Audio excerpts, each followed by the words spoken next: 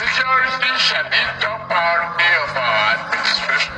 Yes, this is exactly how they promise the people that they have the solution to the problems of the nation, only for them to get into office and begin to act like it is rocket science. I'd like you to listen to the words of Colonel Hassan Labo, who is a retired military officer and has a lot to say about the current situation in Nigeria. Take a look.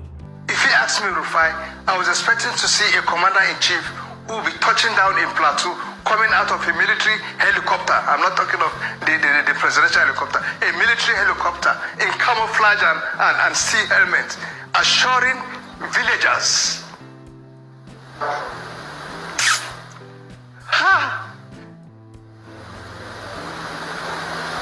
Assuring villagers that we shall get this rubbish done with.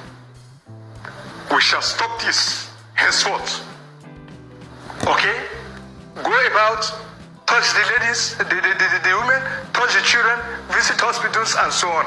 And after that, talk to your service chiefs and give them 1 or 2 weeks to produce the perpetrators. Tell your national security advisor, your DSS and the service chiefs to produce the perpetrators in the next 2 weeks or lose their jobs. This is the sort of decisiveness I expect to see from a commander-in-chief. From somebody who calls himself the father of this nation. What is happening? Just what is happening? Wow. Is it so difficult to get us out of this mess? We cannot crush these guys and kick them off our territory? You've seen it for yourself. Now, late General Sani Abacha said something about insecurity that is very significant. He said any terrorism or insecurity that lasts beyond 24 hours, a government personnel has a hand in it. It will amaze you to find out that some politicians intentionally create artificial crises just to increase their security votes.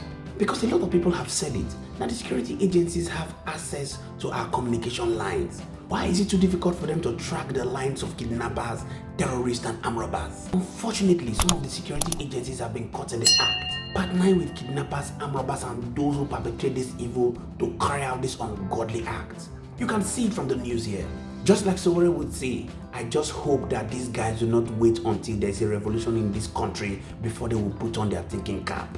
Please do want to go to the comment section and drop your thought. Let's get to know what you think about the current insecurity in Nigeria and the shenanigans of the political class, and we shall be continually here to serve you. Many thanks indeed to all our viewers and returning subscribers who do not take it lightly. My name again is Moses and this is Think Tank TV. Please do want to hit the like button so that YouTube can recommend this video for more people to watch. See you on our next video. Bye for now.